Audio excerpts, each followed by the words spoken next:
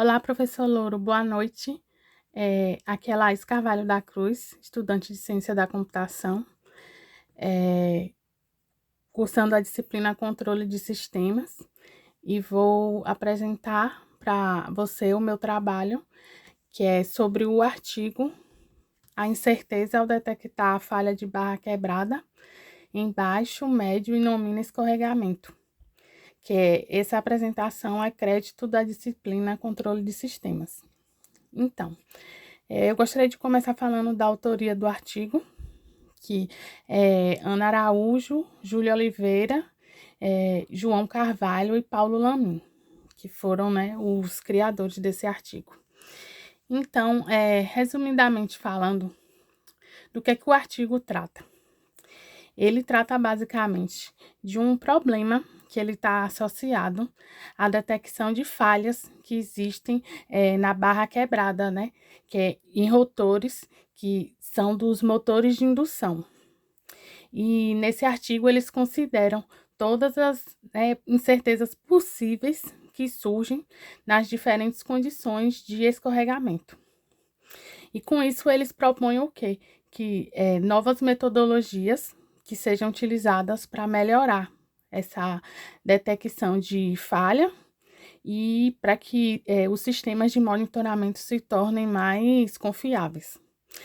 E aí a primeira questão que surge, né? O que é motor de indução? O que é barra quebrada, né? O que é escorregamento? Aí, para isso, eu fiz a pesquisa, né? Sobre o que é o motor de indução. Então, ele é tipo um motor elétrico, que ele possui dois campos magnéticos que giram ao redor de um eixo central.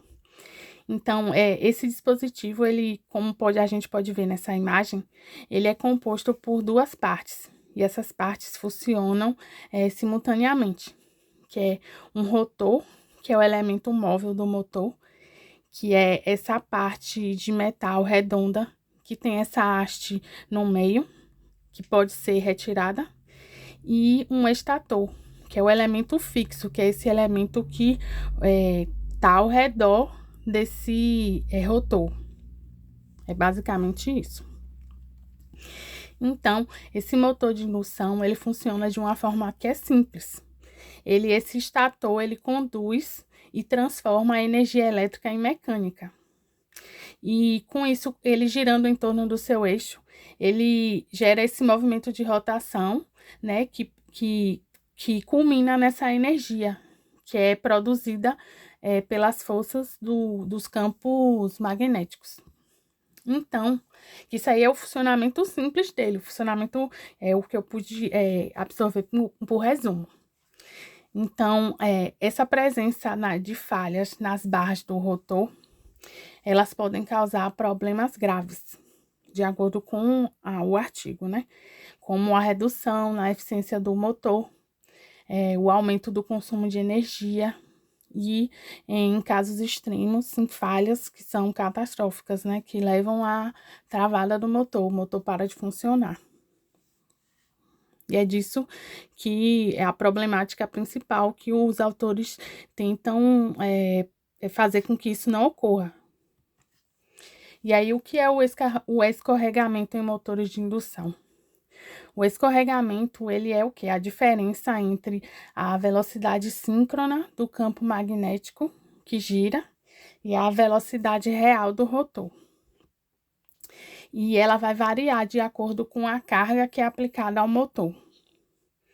Essa carga elétrica, ela pode ser de baixo escorregamento, que ocorre quando o motor está operando com uma carga leve, né? Como o nome já dá para a gente induzir. De médio escorregamento, que ocorre sob condições de carga moderada. E nominal escorregamento, que é quando o motor ele está operando na capacidade máxima, né? Que é denominada nominal, quando diz respeito ao motor de indução.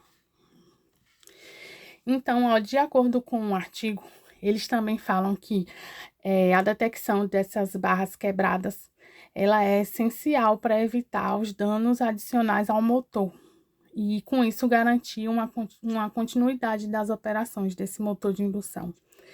É porque, quando o motor de indução ele não está funcionando corretamente, as barras que estão ao redor dele evidenciam essa falha e são chamadas de barra quebrada, porque dá para perceber pela foto que ele é uma estrutura que, olha lá, aquelas barras dentadas, eu consegui compreender nisso, que aí é como se fosse assim, existe uma diferença muito grande, uns picos, né, nessas cargas elétricas, e aí, com isso é detectado essas falhas. Então, esses métodos tradicionais que existem, né, de detecção, que eles incluem a análise de sinais de corrente e vibração, que é isso. Essa detecção, ela é evidenciada por esses picos de corrente, que aí você vê que se tá diferente, não tá constante, tá muito diferente a corrente, então você vê que ela tá tendo uma falha.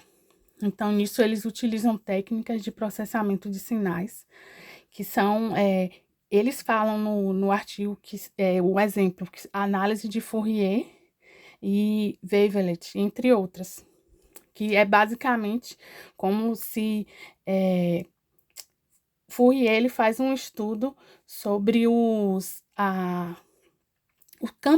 campos elétricos, e aí essa análise desses picos que ocorrem nesses campos elétricos.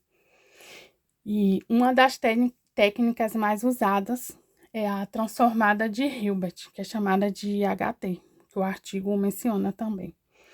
Então, dentre essas ferramentas de detecção de falha em motores de indução, a outra técnica, né, que é a análise da assinatura da corrente do motor, MCSA, é a técnica mais comum, que é usada para o diagnóstico dessas barras quebradas, de acordo com o artigo. Só que essa MCSA, ela tem limitações, que faz com que essas frequências não possam ser analisadas, porque elas ficam sobrepostas. Então, isso pode acarretar um diagnóstico que não está certo, né? Levando até uma interpretação de falso negativo ou falso positivo. Então, não tem como fazer a análise com a técnica mais utilizada.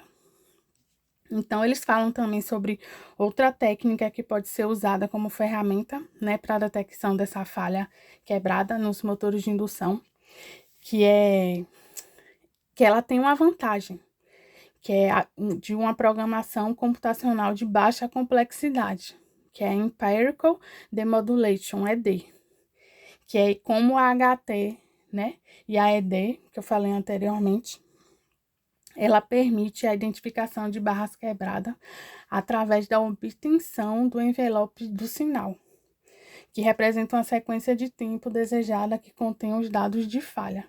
É como se as análises nessa técnica, ela é feita de acordo com uma sequência de tempo estipulada.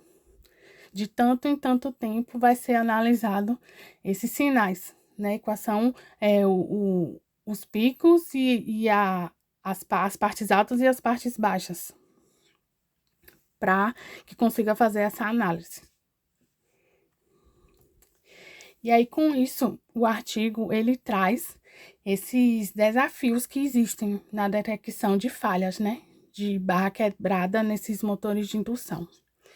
Então, essa detecção, ela apresenta muitas incertezas, principalmente quando a gente fala sobre as condições do escorregamento, né? E aí, com isso, eles enumeram, assim, os principais desafios que é preciso trabalhar para conseguir fazer essa análise da detecção. O primeiro que é enumerado é a sensibilidade às condições de carga. E aí ele fala que a eficácia dos métodos de detecção varia significativamente com o nível do escorregamento. Aí ele dá um exemplo, que no baixo escorregamento os sinais podem ser menos pronunciados e mais difíceis de detectar. Aí ele fala depois do ruído e da interferência. Então, né, que podem ocorrer nessa análise, né, na detecção da barra quebrada. que são sinais elétricos e mecânicos podem ser mascarados por ruído e interferências de outras fontes. E aí isso dificulta a identificação de uma barra quebrada. A barra pode estar quebrada e por causa desses ruídos não pode ser identificado. O outro desafio é a precisão dos métodos de análise. E aí, esses métodos que são baseados em transformadas, né, que é Fourier, Wavelet, eles podem ter limitações na resolução temporal ou na frequência. E o que isso acontece? O que isso afeta, né? A precisão da detecção em diferentes condições operacionais. E aí, nisso, eles propõem, os autores do artigo, uma metodologia de análise, né, dessa barra quebrada do motor de indução. E aí, eu, por interpretação, presumi que esse artigo, ele descreve essa metodologia dessa forma, que inclui, primeiro, a coleta de dados, que eles utilizam sensores para monitorar os sinais de corrente e vibração nos 3 tipos de escorregamento, né? Baixo, médio e nomino, como eu já falei anteriormente. O próximo passo para essa metodologia de análise que eles propõem é o processamento de sinais, que é com a aplicação de técnicas que são avançadas, né, para o processamento desses sinais, que vão destacar as características que indicam as falhas. O outro passo é sobre a modelagem e simulação. Com isso, é preciso que seja desenvolvido modelos matemáticos e simulações que ajudem a prever o comportamento, né, do motor. E com isso, possa tornar válidos os métodos de detecção. E, por fim, esses estudos experimentais, eles falam no artigo, que é com a realização de testes, né, experimentos que vão avaliar se os métodos estão sendo eficazes ou não na detecção em condições reais de operação, que é não só na teoria, mas na prática também. E aí, com isso, no artigo, a gente pode apreender também uns resultados e discussões que foram levantadas. E aí, os resultados, eles mostram como a eficácia dos métodos de detecção, eles variam de acordo com o escorregamento. E aí, nessas discussões que foram levantadas pelo artigo, eu incluí, né, que existe a comparação dos métodos, que é essa análise comparativa de diferentes técnicas de detecção, em termos de precisão, sensibilidade, robustez. Então, os métodos, eles não vão, como eles são diferentes, eles detectam a falha de forma diferente, uns mais precisos do que os outros. E aí tem também o impacto das condições operacionais, que é essa avaliação do impacto de diferentes níveis de escorregamento na detecção de falhas. E as propostas de melhoria, que foram levantadas pelos autores, que foram as sugestões para melhorar os métodos de detecção. Eles basicamente sugeriram que o uso de técnicas híbridas e algoritmos de aprendizagem de máquina fossem aplicados, que isso iria ajudar na detecção da falha da barra quebrada do motor de indução. Então, resumidamente, o que é que o artigo concluiu? Ele destacou a importância, né, que se deve considerar essas incertezas que estão associadas aos tipos de escorregamento na detecção de falhas da barra quebrada e enfatiza a necessidade de técnicas que sejam mais robustas, né, para garantir uma maior confiabilidade nos motores de indução e sugeriram direções para futuras pesquisas. Para que serve, assim, eu fiquei, assim, achei muito interessante essa parte, ela tá no início, mas eu preferi colocar aqui depois da conclusão do artigo, porque a gente fica assim, imaginando assim, as pesquisas são feitas, mas quem é que quem vão ser os maiores beneficiados com esse tipo de pesquisa? Então, de acordo com o artigo, essas técnicas discutidas, elas têm aplicações práticas aonde? Em indústrias onde a operação contínua e eficiente dos motores, elas são essencial, não pode faltar. Então, eles serão os maiores beneficiados, né, com o desenvolvimento dessas técnicas. E com isso, que é essa detecção, né, nas falhas de barra quebrada, né, do motor de indução, ele ajuda a reduzir os custos da manutenção desse motor de indução.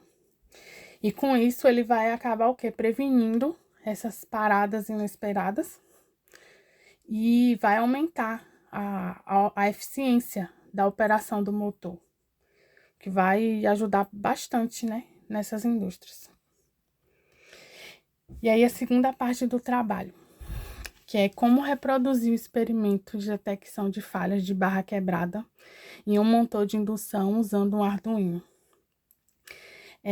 A primeira coisa que eu pensei é porque, como se isso ia ser um processo que no momento não tem condições para arcar, então eu fiz esse projeto em teoria.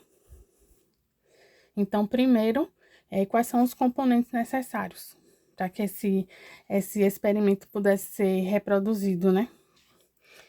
Um Arduino Bird, que ele vai ser usado para coleta de dados, né, e o processamento básico. Segundo, eu preciso que tenha os sensores de corrente, que é o ACS712, que, né, por exemplo, que ele vai servir para medir a corrente que vai passar no motor. Os sensores de vibração, que é um exemplo disso é o ADXL335, que ela vai detectar essas vibrações mecânicas que vêm do motor. E o motor de indução, né, que é um pequeno motor de indução já vai ser satisfatório para o experimento. Os últimos componentes são a fonte de alimentação, que ela vai servir para alimentar o motor e o Arduino, a interface de comunicação, né, que seria em si o módulo SD, né, para o armazenamento de dados, ou módulo de comunicação serial, que vai enviar esses dados para um computador para que ocorra a análise, né, o processamento posterior. E o software de análise, que é um exemplo disso é o MATLAB, né, o Python, com as bibliotecas NumPy e SciPy, ou até mesmo Excel pode servir para fazer essa análise de dados. Então, as etapas do experimento, né? Em teoria, eu elenquei a primeira com a configuração do sistema, que é preciso conectar os sensores de corrente e vibração Arduino. Depois, configurar o motor de indução para operar em diferentes níveis de escorregamento. A segunda etapa do experimento é a coleta de dados, que é preciso que o Arduino seja programado para ler os dados, né, dos sensores de corrente e a vibração, né, com intervalos regulares estipulados. E com isso, também nessa etapa ocorre o armazenamento dos dados coletados em um cartão SD, ou transmitir esses dados via serial para um computador. A terceira etapa, que é o processamento de sinais, que é basicamente implementar algoritmos básicos de processamento de sinais no Arduino e transferir os dados para um computador, né, para que a gente possa usar ferramentas de análise que sejam mais adequadas, né, mais poderosas. E depois analisar as frequências características que vão indicar essas falhas de barras quebradas, usando a transformada de Fourier ou análise de Valvelet, como está descrita no artigo. E aí a quarta etapa é a detecção de falhas, que ela é feita identificando os padrões que existem nos dados que correspondem a essas barras quebradas, né? O padrão dos picos dos sinais que a gente consegue identificar.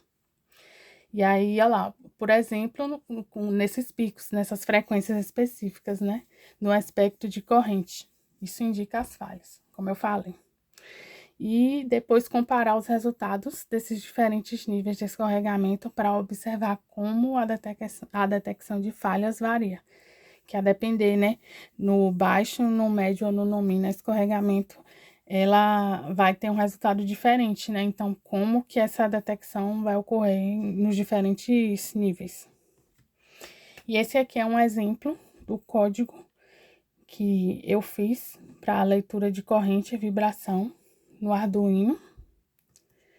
E esse aqui é o outro código também para análise de dados em Python. E aí, resumidamente, o que é que o código do Arduino ele faz?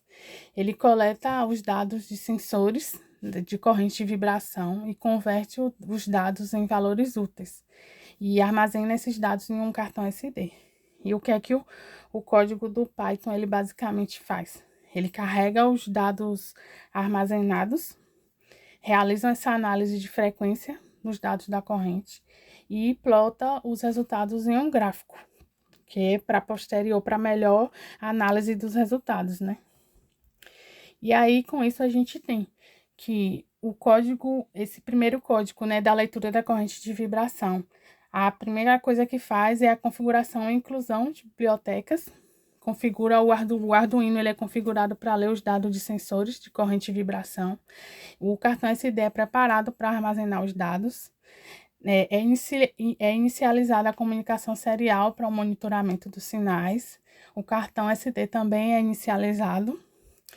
E a essência desse código do Arduino é esse loop, que ele vai ler os valores dos sensores, né, de corrente e vibração, vai converter essas leituras em valores que sejam úteis, né, que tipo em amperes, ali, em vibrações em G, e vai armazenar esses dados em SD no formato TXT, e aí ele espera 100 milissegundos antes de repetir o processo. E já, basicamente, o código em Python da análise de dados, ele faz começa com essa importação da biblioteca NumPy, né? A Matplotlib para a criação de gráficos e a biblioteca da SciPy, da análise de frequência.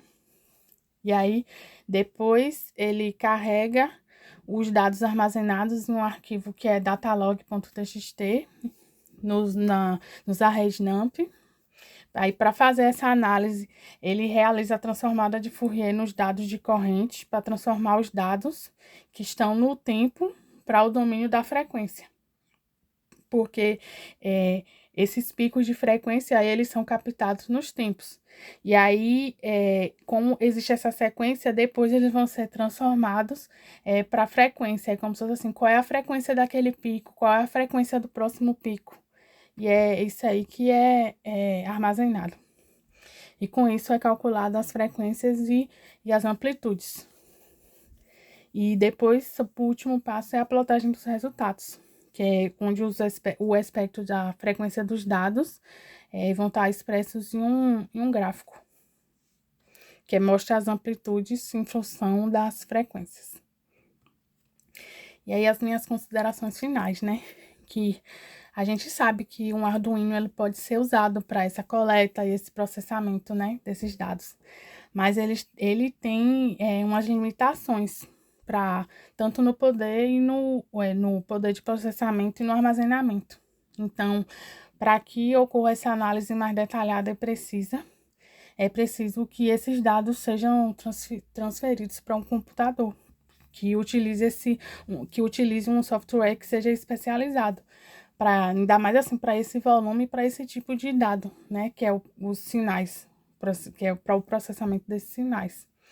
Então, e também a gente sabe que, além disso, a precisão dos sensores e a qualidade dos dados, eles são muito importantes para essa análise. Então, uma mínima falta de precisão pode fazer com que essa falha não seja detectada.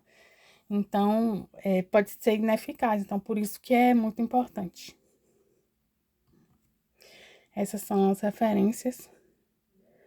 Obrigada pela atenção, professor Louro. Até a próxima.